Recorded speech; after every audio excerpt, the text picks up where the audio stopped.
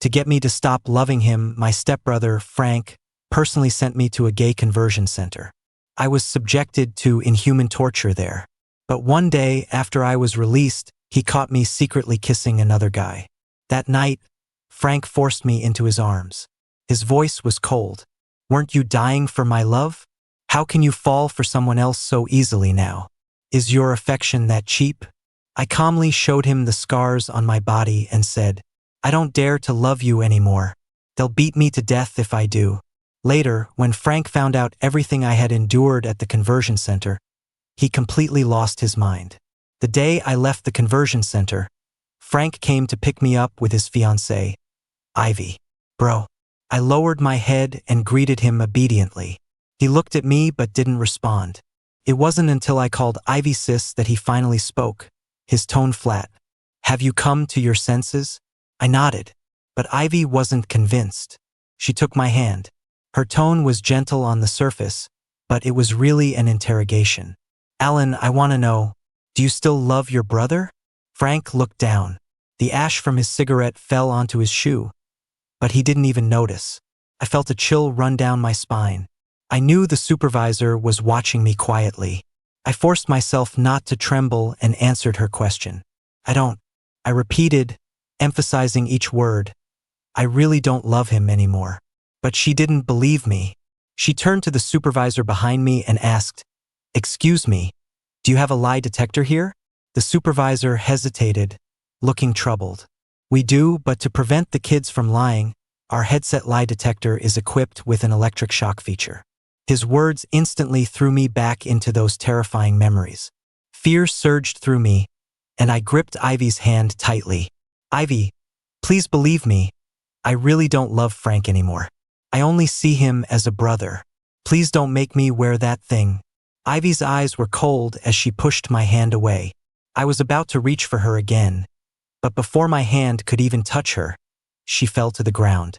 Frank strode over, wrapping an arm around Ivy's shoulders to help her up. When he looked up at me again, his face was like ice. "Bro, I didn't push her. I stood there, completely at a loss. I really didn't." Frank swept Ivy up into his arms and started walking toward the car. He didn't look back, just tossed a single sentence over his shoulder. "Take the test or you can go right back for more re-education." I chased after him almost immediately, my hand rising to grab his sleeve before I nervously let it drop. "Bro, I'll do it. I'm willing to take the test." Just hearing the words "go back to the center" was enough to make me break down. Resting on Frank's shoulder, Ivy reached out a slender, pale hand and patted my head. "Good boy, Alan." It was like she was praising an obedient dog. Compared to going back to that center, no humiliation or hardship was worth mentioning. Wearing the slightly rusted lie detector, I stood at a careful distance, looking seriously at Frank. "I really, truly don't love you anymore." His expression remained impassive, but the smoldering cigarette slipped from his fingers. A faint smile touched the corners of his lips. "That's for the best," he said. Ivy, having rested, got out of the car and walked over. She still wasn't satisfied. She proposed that Frank sign another agreement with the center. It's just that, if Alan still has inappropriate feelings for his brother later on, he'll have to be sent back. And the supervisors will need to be even stricter with his re-education. Frank didn't move. Ivy shook his arm. "I just need some peace of mind. After all, we're getting married soon. Besides, do you want him to keep clinging to you like he used to?" Frank's brow furrowed slightly, as if recalling something disgusting. Then he signed the agreement. I stood in the cold wind, my eyes empty. I spoke, my voice numb. "If I ever love Frank again, I'll just kill myself. Is that good enough for you?" Frank's knuckles turned white as he gripped the pen, but he still signed his name without a second thought. Ivy smiled, walked over, and pinched my cheek. There, Alan. Don't be mad, don't be mad. I'll make you something delicious at home to make it up to you, okay?" She really was treating me like a dog she was training. I was partly to blame for Ivy's current sensitive and suspicious nature. 6 months ago, I was still the obsessive Alan, possessive and desperately in love with Frank. That night, I got drunk. I ran into Frank's room and climbed onto his lap. Bro. Frank tossed his tablet aside and put a hand on my waist. He looked at me, amused. Getting bold just because you're a guy sitting on my lap like that? I clung to his shoulders, blinking slowly. What if I were a girl? Frank's eyes darkened instantly. The next moment, he had me pinned to the sofa. He looked down at me, his expression unreadable. Then you wouldn't be leaving this room tonight. He leaned in closer, his voice deep. I'm serious. At that moment, looking into his soulful eyes, I had the illusion that he felt something for me, too. So, on a whim, I lifted my head and kissed his lips. Frank froze, not moving right away. I mistook his stillness for consent and wrapped my arms around his neck. Just as I tried to deepen the kiss, he yanked me away. Frank threw me to the floor and looked down at me. Alan, what are you doing? Ignoring the pain in my knees, I scrambled to my feet and reached for him. Frank, I love you. I looked up, my gaze fixed on him as I confessed the crush I'd had for years. Not like a brother. I want to be with you, kiss you, sleep. Shut up. Frank cut me off, disgust slowly filling his eyes. He looked at me like he was examining something filthy he'd never seen before. Alan, haven't I been good to you? Why would you disgust me like this? It was the most piercing thing I had ever heard him say to me since I first met him at the age of 8. I stared at him, stunned, and before I could say another word, he threw me out of the room. Not long after that day, he and Ivy got together. From the time they made it official to their engagement, I made sure neither of them had a moment's peace. I moved back home from my dorm and watched them constantly. I tried to kiss Frank, stripped down and crawled into his bed, begging him to just look at me. I went crazy comparing myself to Ivy. I'd demand to know what was so much better about her, and I'd openly compete with her. I made sarcastic remarks and tripped her up whenever I could. It wasn't until I heard they had confirmed their engagement that I completely lost it. I got wasted and stormed into Frank's room. Bro, what do I have to do to make you love me? Frank had just gotten out of the shower and was getting dressed. He was buttoning the top button of his shirt, his chin slightly raised. He looked down on me, his voice icy. Get out. And don't ever come into my room without my permission again. The alcohol was messing with my brain, and I couldn't process his words. I just stared at him stubbornly. If Ivy were gone, you'd be mine, right? Frank stopped buttoning his shirt and stared at me, his expression grim. You so much as touch Ivy, and see what happens. I toyed with my empty glass, leaning casually against the wall. I was completely unfazed by his warning. What would happen if I did? Bro, would you kill me for her? My attitude didn't seem to anger Frank. He just gave a faint, cool smile. Yes. He gave his answer directly, his voice slow and matter-of-fact. Alan, you should know me. I don't joke about things like this. His indifference triggered my rebellious streak. I put down the glass and turned to leave. Fine. I'll go find out right now what happens when I mess with Ivy. At the time, neither of us took that threat seriously. I felt so defeated. I was ready to give up on him. I was so emotionally exhausted I couldn't even stand to be under the same roof as him. So I called a friend and crashed at his family's suburban villa for the night. It wasn't until I was woken up by a call from Frank the next day that I truly understood the trouble my words had caused. Ivy had been in a car accident. The driver was a terminal cancer patient with only a few days to live. He insisted he had crashed due to drowsy driving. But the security footage showed him heading straight for Ivy. Luckily, Ivy reacted in time and dodged, escaping with only minor scrapes. No one believed it was just an accident. When I ran into the hospital room, I still reeked of alcohol. The moment Ivy saw me, all the color drained from her face. She shrieked and hid behind Frank. No, don't let him near me. Frank, I frowned and shook my head. It wasn't me. Even though we were always at each other's throats, I would never cross that line. I softened my voice, trying to calm her. Ivy, listen to me. I took one step closer, and Frank's hand immediately clamped around my neck. He looked at me like I was already dead, his voice devoid of any warmth. What did I warn you about? Alan, are you insane? To actually go this far? I pushed against his arm with all my might, but the pressure on my throat didn't lessen at all. I could only choke out the words. Bro, really, it wasn't me. Frank wouldn't listen to anything. In that moment, I saw in his dark gaze that he truly wanted to kill me. Just as I was about to suffocate, Frank slowly released his grip. He threw me to the floor. He was convinced I was the culprit. As punishment, he had me take a leave of absence from school and arranged for people to take me to the conversion center. The darkest place I have ever been in my life. A clap of thunder from the gloomy sky pulled me back to the present. It had started to drizzle when we left the center, and by the time we got home, it had turned into a full-blown storm. But there was only one umbrella in the car, and there was still a short walk from the parking lot to the front door. Ivy looked at me, troubled. I got the hint and spoke up. Bro, Ivy, you guys take the umbrella. It's so close, I can just run for it. Ivy smiled and reached out to pat my head again. Okay then, sorry to trouble you, Alan. I felt like I had developed a people-pleasing personality. Seeing Ivy happy brought me a sense of relief. It's no problem. Just as I was about to open the car door, Frank hit the locks. He sat in the driver's seat, not looking back. It's pouring. Are you trying to get yourself killed? I quickly promised him I won't. Don't worry, bro. I'll take a hot shower as soon as I get inside. I won't get sick and cause you two any trouble. A sudden, nameless anger flared up in Frank. He slammed his hand hard on the center of the steering wheel, making the horn blare.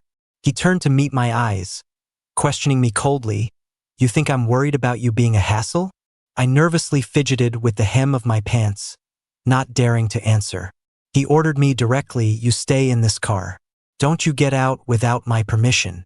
With that, he got out, opened the umbrella, and went to Ivy's side of the car. He put his arm around her and walked toward the house. Before Ivy got out, she gave me a silent look. For no reason, a sense of panic fluttered in my heart. When Frank came back for me, he tilted the umbrella mostly in my direction. I noticed his other shoulder was getting soaked. I stood uneasily under the umbrella and said softly, Bro, don't get rained on. I'll be fine, you don't need to go out of your way for me. A sarcastic smile touched his lips. If you would stand a little closer to me, I wouldn't have to get myself wet just to keep the umbrella over you. I glanced at the ridiculously large space I had deliberately left between us to avoid any contact. After thinking for a couple of seconds, I gave him an apologetic smile. Bro, you just hold the umbrella. I'm really okay. This time, I didn't wait for Frank's reply. I just ran straight into the rain. I didn't and wouldn't dare look back once. When I got inside, Ivy glanced at my drenched clothes. She leaned back on the sofa and smiled lazily. You ran back on your own? I nodded. A genuine smile bloomed in her eyes. So obedient. I returned a stiff smile and went to my familiar old room to take a shower. I was just on edge, a little overly sensitive. I wasn't actually stupid. I could tell that Ivy still held a lot of hostility toward me. That's why I was praying for the school semester to start. Only by moving back into the dorm could I get away from them and slowly return to a normal state of mind. The funny thing was, Ivy was even more anxious about it than I was. At dinner that night, I noticed 2 extra sets of bowls and chopsticks on the table. Ivy smiled brightly at me and explained, my mom's friend, Mrs. White, heard that you, just like her son, like boys. So she arranged to have dinner at our place tonight so you two could meet. Alan, you wouldn't say no, would you? I opened my mouth to speak, but Frank cut me off. He's not gay anymore. He shot a look at Ivy, his face expressionless, as if he had already seen right through her. Ivy, you're being paranoid.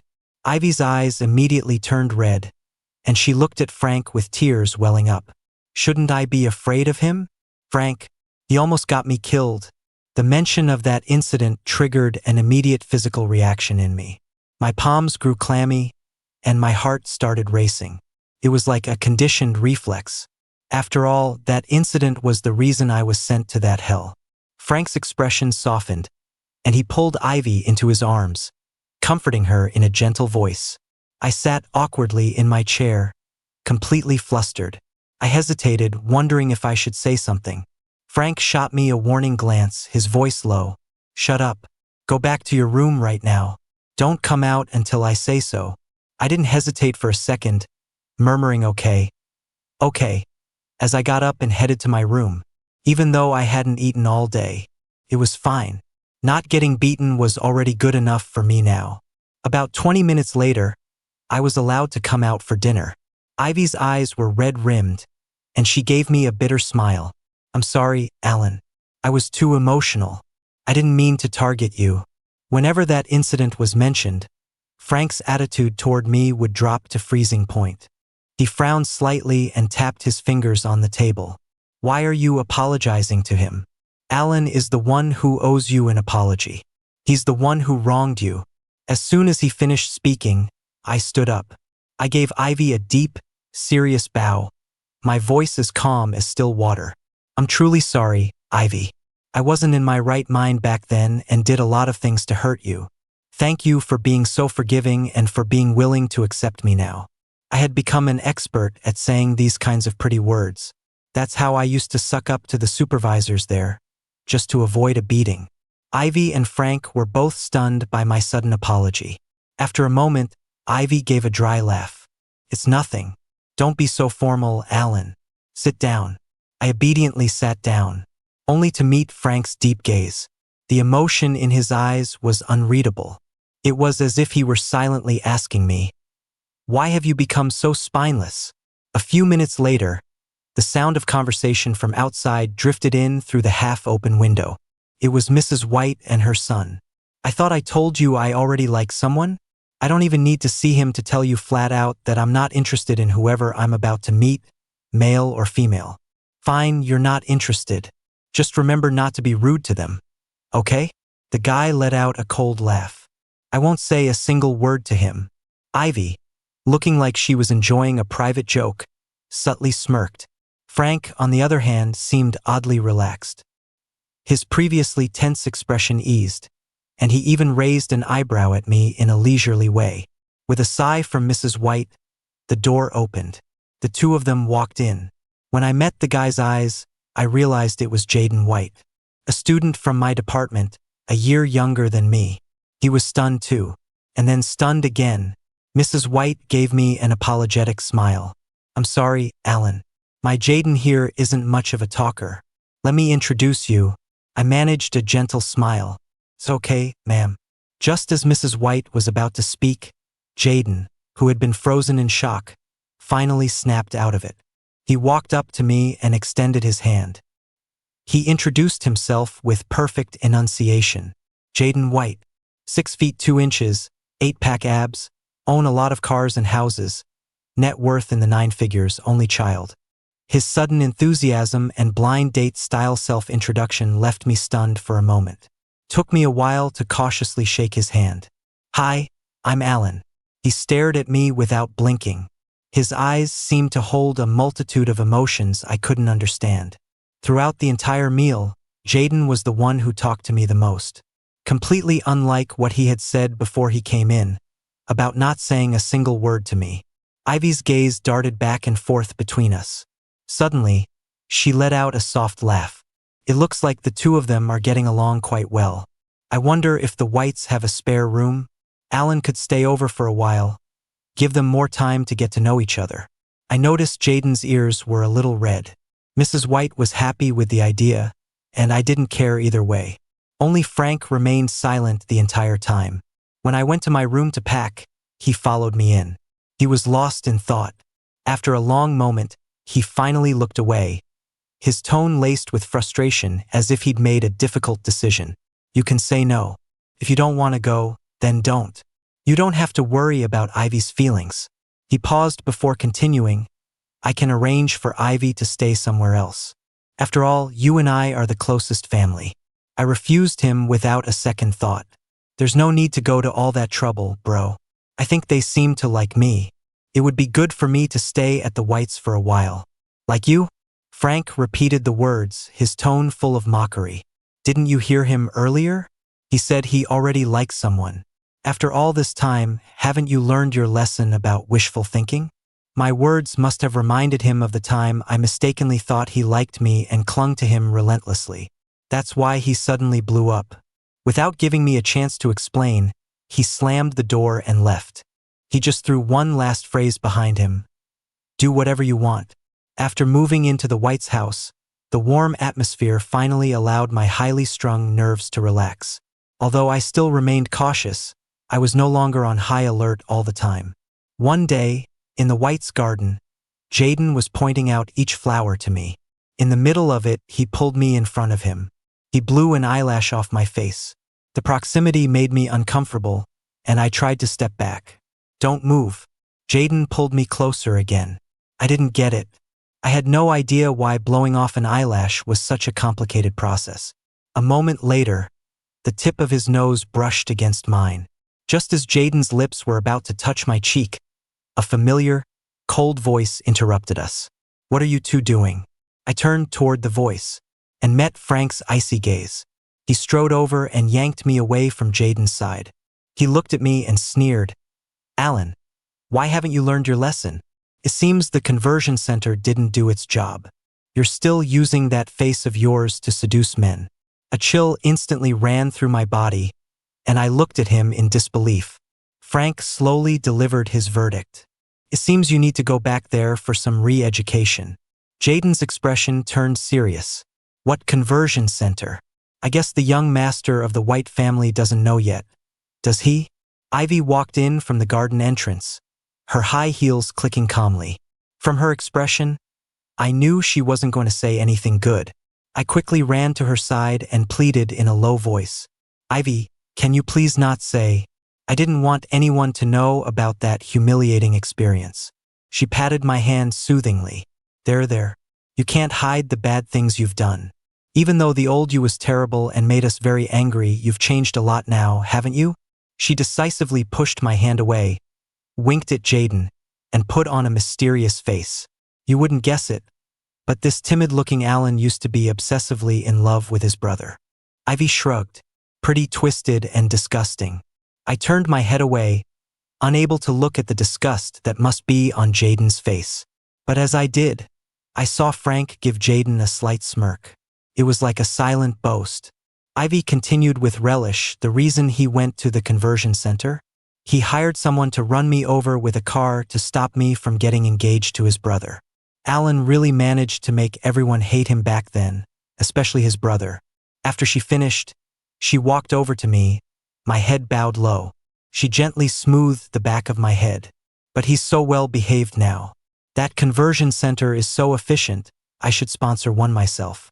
Her gentle facade couldn't hide her hostility toward me. Meeting her gaze, I finally understood the hidden meaning in her words. If I didn't listen to her, she would personally open a conversion center to torture me. In my peripheral vision, Jaden took a step toward me. Ivy spoke to him at just the right moment. By the way, I almost forgot to tell you. Mr. White wants to see you in the study. Jaden stopped, turned, and left the garden. Seeing me stare after Jaden's retreating back, Frank roughly grabbed my shoulders and turned me around. He spoke, his words cruel and direct. Listen up, Alan. Old Mr. White will never accept a gay man. Besides, I never gave you permission to like other men. His dark eyes flickered as he enunciated each word slowly. Don't forget I raised you. You have to listen to me. Felt like I had no choice but to obey. My voice was numb, without any inflection. I understand, bro. Satisfied with my response, Frank let me go. He lifted his chin slightly. Now go pack your things and come home with me. You're not allowed to go out again until you've learned to stop flirting around. I didn't react much to his words, just nodded quietly. I turned to leave. Ivy had been watching us with a cold, unreadable expression. But now, she reached out and stopped me. Frank, Alan's personality, it's probably hard for him to learn his lesson without some punishment. I looked at Frank hurriedly. I'll be good, bro. Frank said nothing. He looked down, his expression hidden. Ivy smiled lightly, as if trying to lighten the mood. It's really nothing. It's just a light rain outside. Why don't we let Alan walk home? Frank finally spoke, his voice devoid of emotion as he reminded her. It's nearly 12 miles from here to home. Ivy's smile didn't fade. You think I'd really let Alan walk that far? I'll have a car follow him. If the rain gets heavier or he gets too tired to walk, I'll have the driver pick him up. Frank still didn't agree. A flicker of hope rose in me. I walked back to Frank, eager to prove myself. Bro, I'll stay home and be good from now on. Frank looked at me, his stern features slowly softening. Just as I thought I was off the hook, Ivy sighed. All right, then let him come with us. I get it. Alan looks so pitiful. He's always been easy to feel sorry for. Otherwise, he wouldn't have made the young Master White fall for him so quickly. She looked at Frank with a smile. You too, Frank. You're a little too nice to Alan for it to just be brotherly love. He whipped his head around to look at Ivy. What do you mean by that? Ivy shook her head nonchalantly. Nothing, just a random thought. Let's go home. Alan, go pack your things. I didn't notice the sudden chill in the air and felt a wave of relief. Okay, sure. Wait. Frank stopped me. He wasn't looking at me when he spoke. Instead, he walked over to Ivy and put his arm around her shoulder. Alan, walk home by yourself. I didn't understand why he suddenly changed his mind. I opened my mouth. Bro, he cut me off calmly. You did something wrong, you should be punished.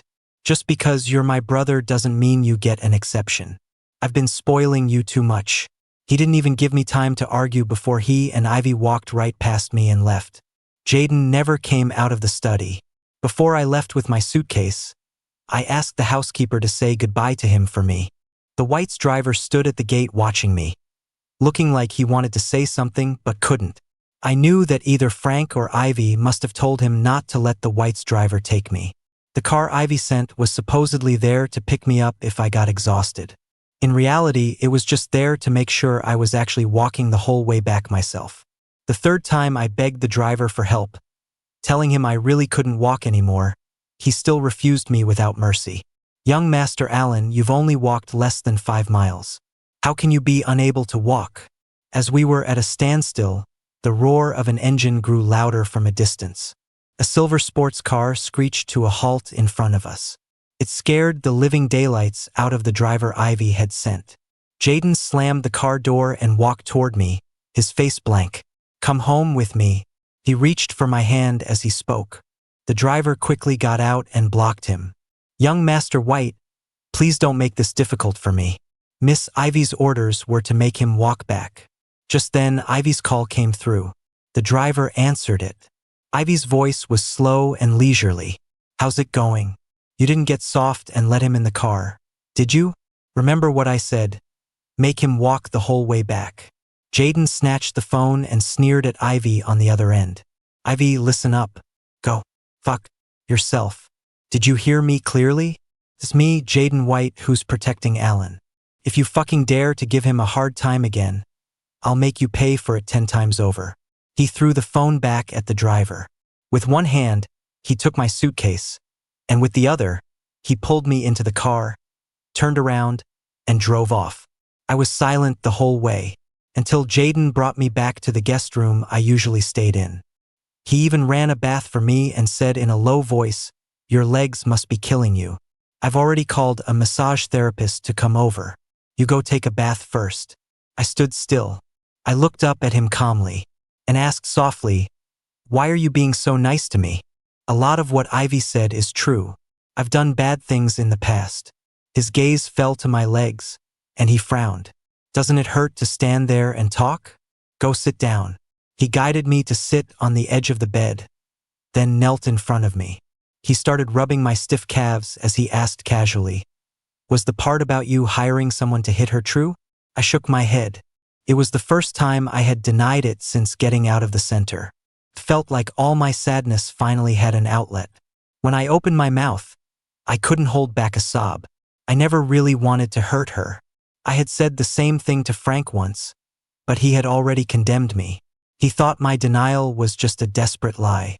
The punishment that followed was being sent to the conversion center. Jaden just said, his voice gentle. Then everything else is just a minor flaw. It doesn't change the fact that I like you. After his confession, I fell silent again.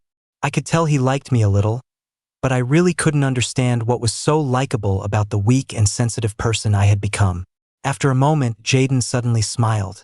He looked up at me and said, "Can you give me some kind of reaction?" I've been nervous this whole time. I asked the question that was on my mind. Can I ask why you like me? Why would someone still like me when I myself was so full of self-doubt and disgust for the pathetic person I'd become?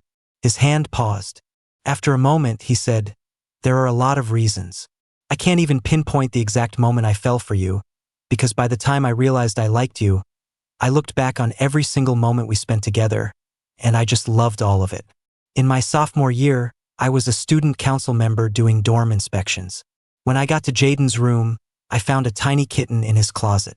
Jaden quietly came up beside me, avoiding the other council member, and whispered, 'Hey, senior, cut me some slack. I'll buy you dinner later. I'll buy you dinner for a month if you want.' I didn't react, just closed the closet door with a neutral expression. I took out my clipboard, checked off their room number, and left. After I had checked the entire building, I went back to their dorm alone. Jaden wasn't surprised to see me again and raised an eyebrow slightly. 'Senior, pull up your payment QR code.' He sat lounging in his chair, swinging his leg back and forth. He was probably too lazy to even look at me, his eyelids hanging low. 'Thanks for helping me cover that up, but I don't have time to have dinner with you. I'll just pay for your meals for a month, or you can send me the bill each time and I'll reimburse you.'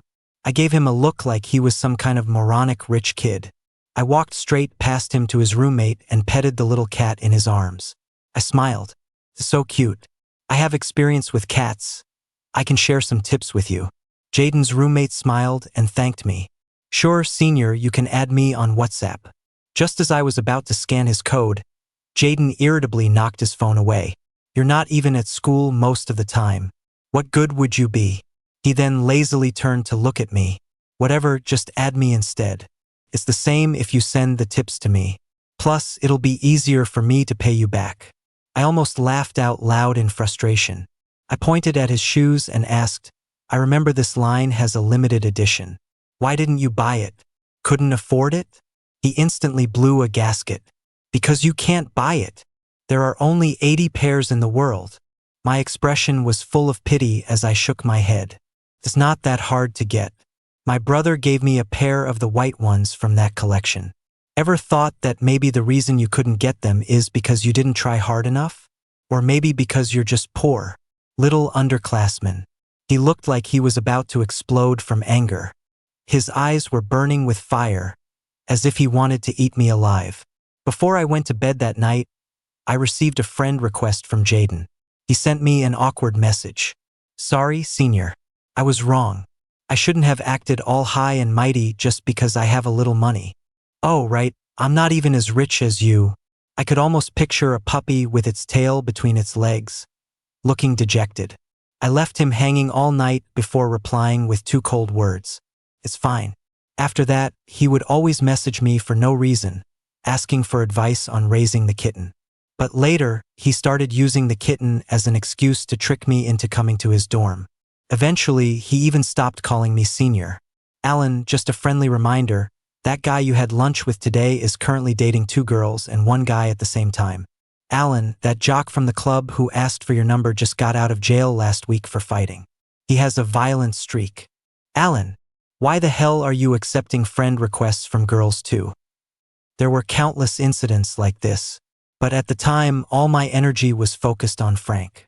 I just thought he was like one of those super yappy small dogs you see online, chirping and chattering nonstop, when in reality, he was just an awkward, immature, but passionate and sincere kid.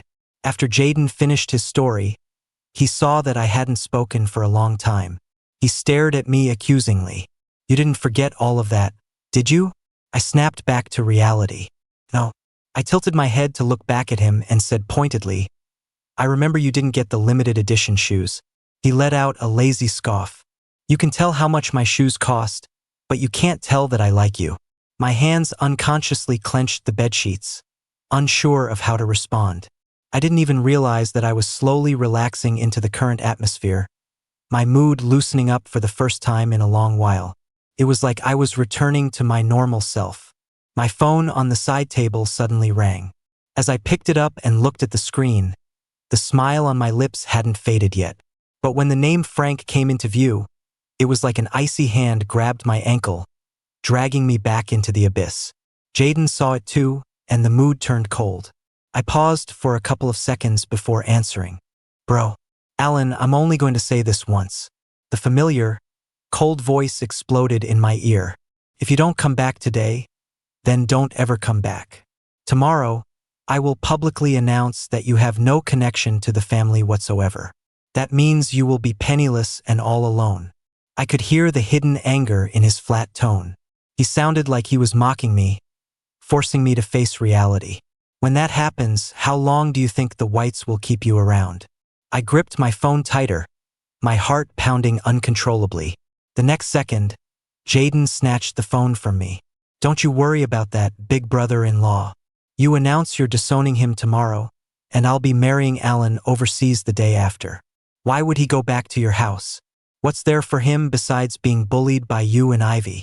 Jaden finished his rant in one breath and then held the phone out to me. He asked, "Do you want to go back?" Frank, unusually, didn't react to Jaden's tirade. He just waited quietly for my answer. After a long moment, I gathered my courage and spoke. No. Almost simultaneously, the call was disconnected from the other end. Frank never called again. From what I knew of him, after being rejected so directly, he would never come looking for me again. But 3 days later, Frank showed up at the White's house. Coincidentally, Jaden had just called me to say he was held up on the road by a scammer who faked an accident and wouldn't be back for a while. Frank pushed open my bedroom door and just stood there, staring at me. His gaze was terrifying. I forced myself to stay calm and asked him, "What do you want?" Frank easily saw through my pretense. He gave an unreadable smile. "What are you so afraid of? You think I'm going to drag you back?" I didn't answer, just insisted, "Please leave. I need to rest." Instead of leaving, Frank walked right into the room and closed the door behind him. "I raised you for nothing? You won't even call me bro anymore?" I could feel my heart pounding like a drum. He was forcing me to back away step by step. "What do you really want?" Frank's hand shot out and forcefully wrapped around my waist, pulling me against him. "I'm just curious. Weren't you dying for my love? How can you so easily get involved with someone else now? Is your affection that cheap?" We were so close I could clearly see my own reflection in his eyes. Frank's arm tightened further. I had to press my hands against his shoulders to stop myself from getting any closer. "You're not worth my love. And I don't dare to love you anymore, Frank." Maybe it was the carefree days I'd had recently that made me tired of being submissive. I suddenly found the courage to lay it all out. "Want to know why?" He narrowed his eyes, scrutinizing me without a word. I gave a mocking laugh. I pulled down the collar of my shirt. I exposed the interwoven, light brown scars that remained on my skin. Slowly and clearly, I told him, "Because if I love you any longer, I might actually be beaten to death by those people at the conversion center." Frank flinched as if he had seen something blinding, yanking his hand away from me and looking away. "Impossible." His voice was so low it was like he was talking to himself. "Impossible. Ivy said it was just re-education, that there would be absolutely no physical violence." I watched coldly as Frank staggered. Then, without another glance at me, he stumbled out of the room. I never expected Frank to break down in tears and beg for my forgiveness after learning the truth. But I also never expected him to be such a complete bastard. That night, he called me. He had reverted to his cold, impersonal attitude. "Alan, are those scars from you and Jaden fooling around at night? Are you gay guys all this disgusting?" I was so angry I could barely breathe, my hand clutching the phone. "What the hell is wrong with you?" The contempt in Frank's voice came through the receiver. I went to the conversion center myself and looked around. There's no such thing as violent abuse. "Alan, playing the victim won't work on me." The man's voice was cold, mixed with a hint of sarcasm. "As for you not wanting to come home, I'm perfectly happy with that. I look forward to the day you get thrown out of the White's house and come crying and begging to me." My voice was firm. "That will never happen, Frank." I wanted to tell him that I would rather die outside than go back to that house. But Frank had already lost patience and hung up. I immediately blocked his number and went to sleep peacefully. That night, for the first time, my emotions weren't affected by Frank. and I didn't lie awake all night. Instead, I slept soundly. Jaden filled my days with activities and subtly influenced me. He helped me, bit by bit, to break free from those terrifying memories. The only headache was that ever since he confessed, he had become very clingy. Every day he would ask, "I like you. Have you started liking me today?" I always avoided answering. He also knew just how far to push and wouldn't press the issue. Unconsciously, I stopped being so scared and anxious. I shed my twisted, distorted mindset and returned to my old self. When I occasionally got a call from Ivy, I was no longer afraid of her threats to send me back to the conversion center, because she truly didn't dare to mess with the White family. But I overlooked one thing. She could avoid the Whites and find another way to frame me. On my way back to school to pick up some documents, Ivy hired people to kidnap me. When I woke up in a fire, I felt like I was back on the day I was framed for trying to kill Ivy. We were tied back to two pillars. It was an abandoned factory. Flames licked at the surroundings, but they were still a safe distance away. They hadn't reached us yet. She was just as disheveled as I was, but her eyes glinted with triumph. "Alan, let me tell you a secret. Both today's kidnapping and fire, and the incident 6 months ago where I paid a driver to crash into me, I arranged it all." I stared at her in shock, too stunned to speak. Her wide eyes no longer held a trace of sanity. "You forced me to do it. Why are you always haunting me, making Frank worry about you all the time? As long as you're around, most of his attention is on you. So what does that make me, his fiance?" Huh? I looked around at our surroundings. "So what are you trying to do now? A murder-suicide?" She laughed. "No. Alan, you're the only one who's going to die." When Frank burst into the fire, I understood everything. The fire was too intense, and time was running out. Both Ivy and I had inhaled a lot of smoke and couldn't walk on our own. So, he could only save one person. Ivy's expression immediately switched to one of panic. She looked at him with red, tear-filled eyes and said in a trembling voice, "Frank, quickly, send Alan back to the conversion center." It was him. He planned all of this again. Frank, who had been standing in the middle, was already running toward Ivy. I forced myself to stay calm and look for a way out. "Frank, Ivy just told me that she orchestrated both today's incident and the car crash 6 months ago. We grew up together. You should know that I would never hurt anyone, no matter what."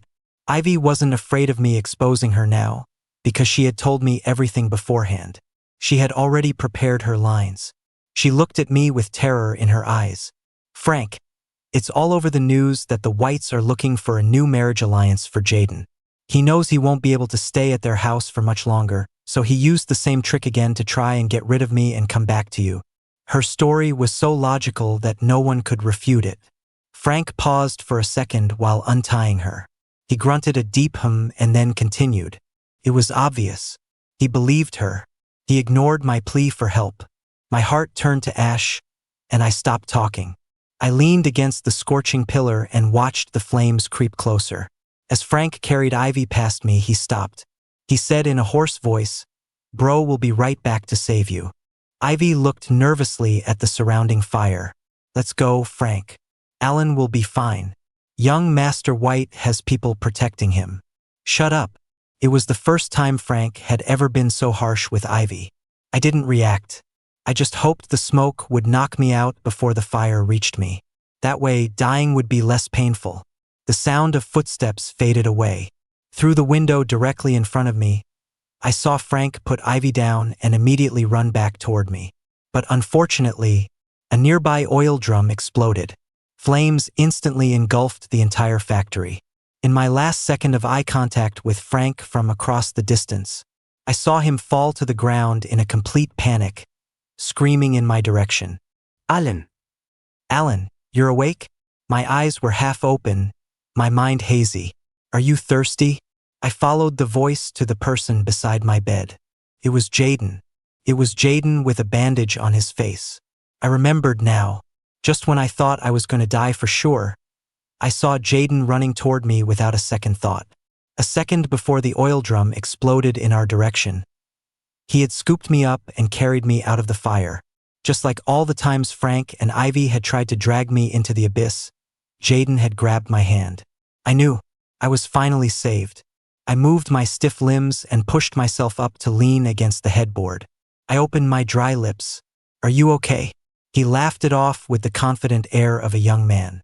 "It's just a scratch." Jaden handed me a glass of water, then asked nonchalantly, "Were you moved by what I did? If I were you, I'd be madly in love with myself by now." After a sip of water, my voice became clearer. I smiled faintly. "You think you're pretty cool, don't you?" Jaden didn't hold back at all. "Of course." I nodded, my smile widening. "I think so, too." The boy who had just been shamelessly praising himself suddenly had red ears. He probably didn't even notice, still trying to act calm. He just let out a short "oh." A few seconds later, he could no longer suppress the proud smile on his lips. Alan, praise me some more." A knock on the door interrupted the light-hearted atmosphere. When I saw Frank and Ivy walk in, all the joy and harmony vanished. Frank's eyes were bloodshot, and he had even buttoned his shirt wrong. His usual refined and elegant demeanor was gone.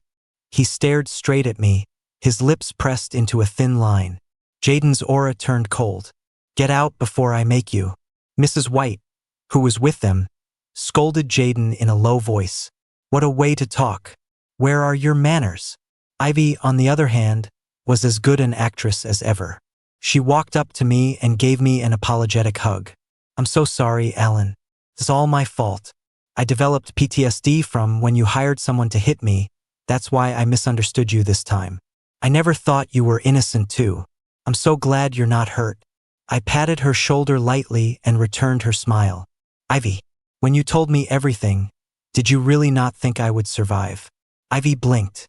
"What are you talking about?" I scoffed. "I'm saying, I will definitely find a way to get to the bottom of both of these incidents." "What a coincidence." Jaden, who had been scowling, let out a soft laugh and chimed in.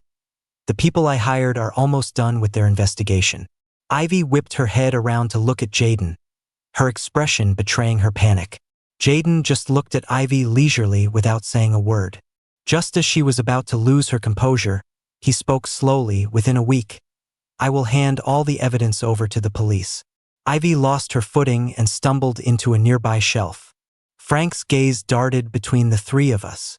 Finally, his face turned pale, and he looked at me in a panic. Frank's expression said it all. He had guessed the truth. That evening, Frank called me from a new number. He was silent for a long time before he finally spoke. "I really thought it was you back then."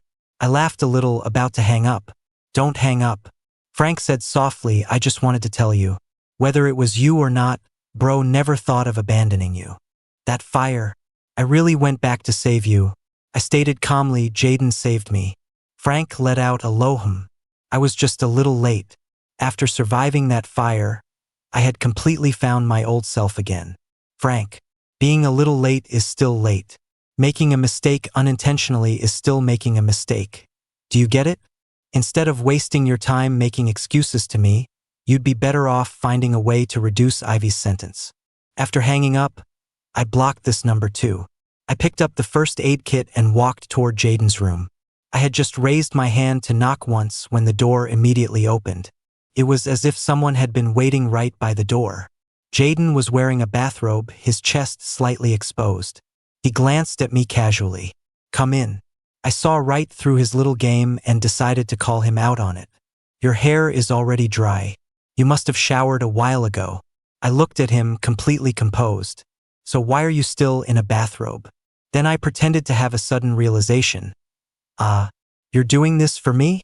"But Jaden, we're both guys. What's there to see?" Jaden couldn't take the teasing and immediately jumped up. "No, I wasn't. I just forgot to change. That's all." Then he suddenly took off his bathrobe right in front of me. I hadn't expected this at all and froze, forgetting how to react.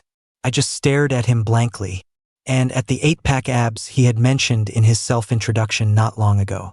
Jaden, who had been defensive just a moment ago, noticed my strange reaction.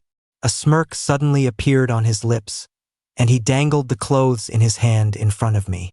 I subconsciously closed my eyes. Jaden let out a scoff.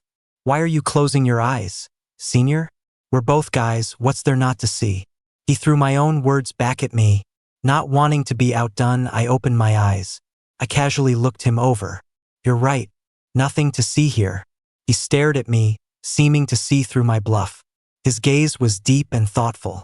Just as I was about to crack under his intense gaze, Jaden raised his hand and pressed the back of it against my cheek. His smile was playful. Nothing to see. Huh? Then why are you blushing?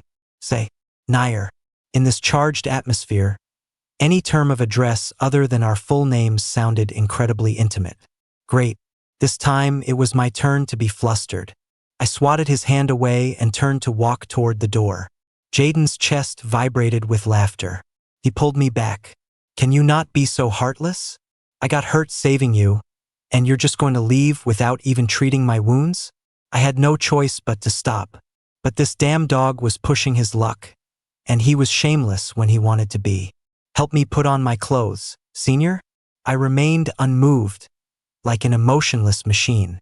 Is your hand broken? He moved his arm, then frowned and let out a soft hiss. I think I might have dislocated something when I was saving you. I took a deep breath, fighting the urge to punch him. Fine. Every word was laced with anger. I'll help you get dressed.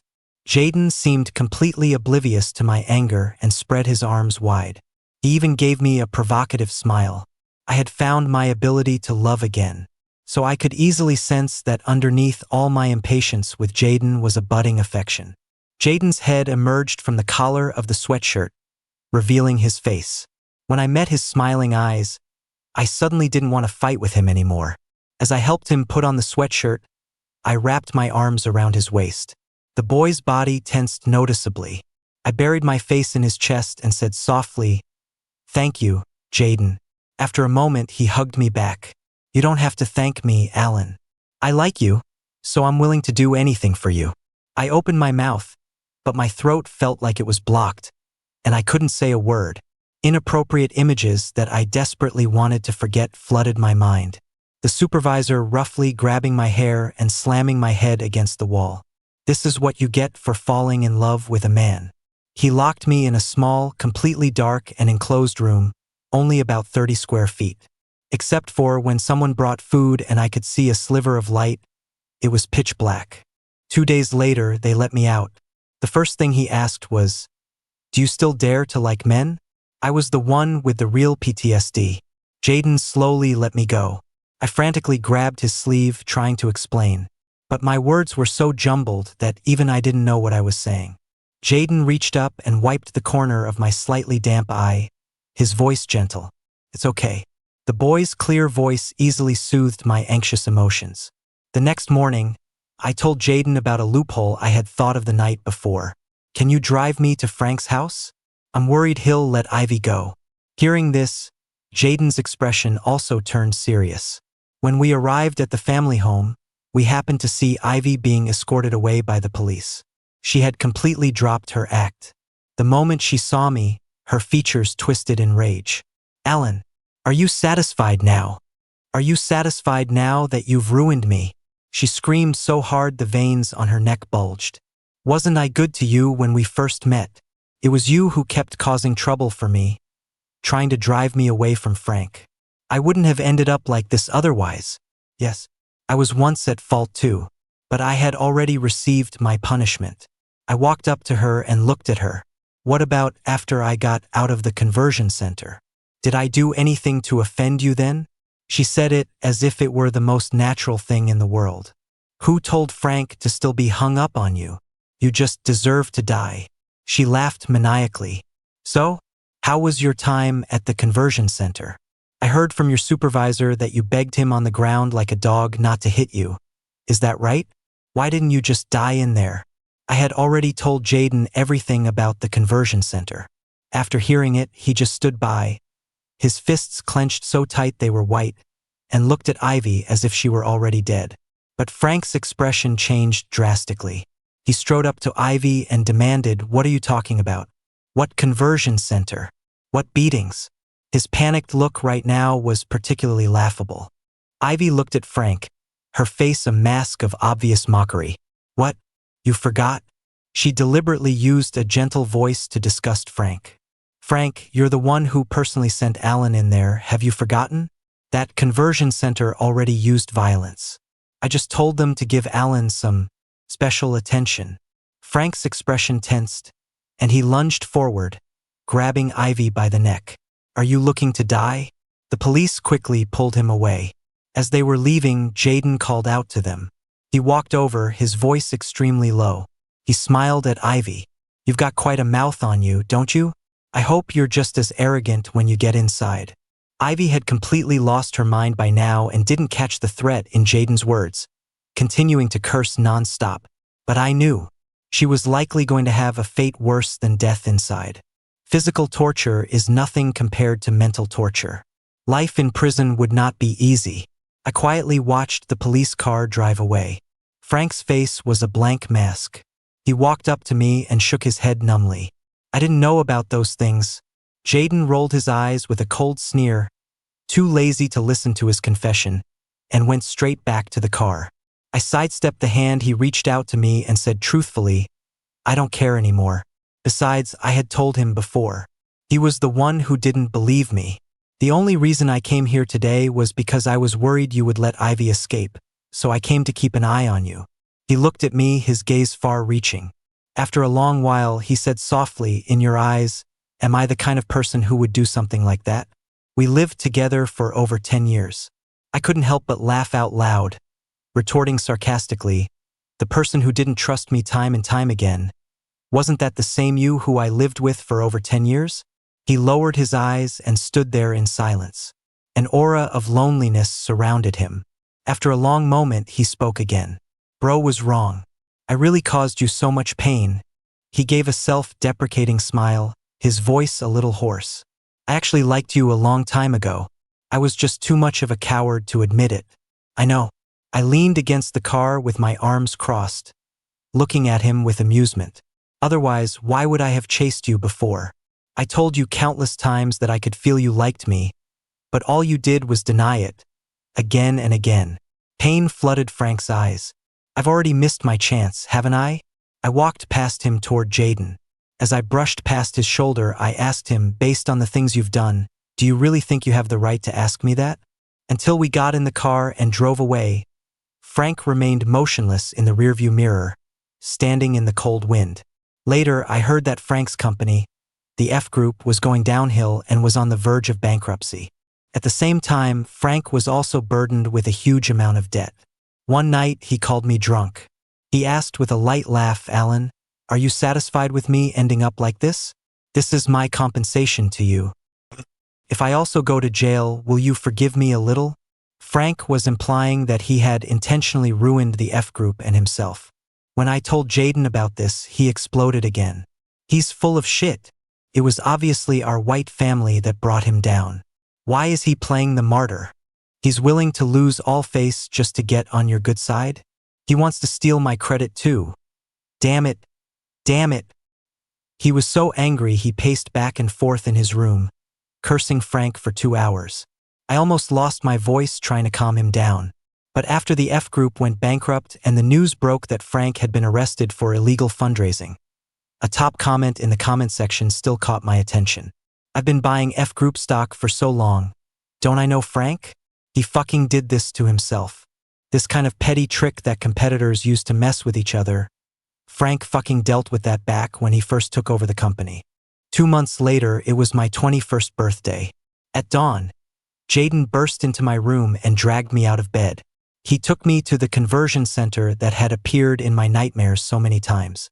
I froze at the entrance, unable to take another step. The physical symptoms returned. My body turned cold. My heart raced. Jaden took my hand. Alan, don't be afraid. Then he suddenly shouted, demolish it. With a loud crash, the 15-foot wall with steel spikes on top came tumbling down. Do you still love your brother? He squeezed my hand. I've been investigating this conversion center for a long time, and I finally found evidence of their crimes a couple of weeks ago. They were secretly carrying out violent abuse and persecution under the guise of re-education. How can a place like this be allowed to exist?